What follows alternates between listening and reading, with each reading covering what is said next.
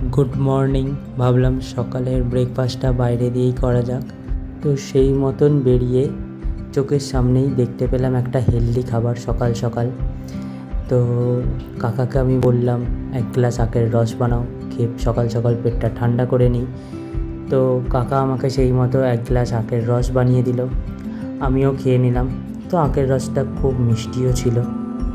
তো আখের রস খেয়ে যেতে যেতে দেখতে পেলাম একটি তেলে ভাজার দোকান, সেখানে গরম গরম কচুরি ভাজা হচ্ছে। সেই মতন আমিও দুখানা কচুরি নিয়ে নিলাম।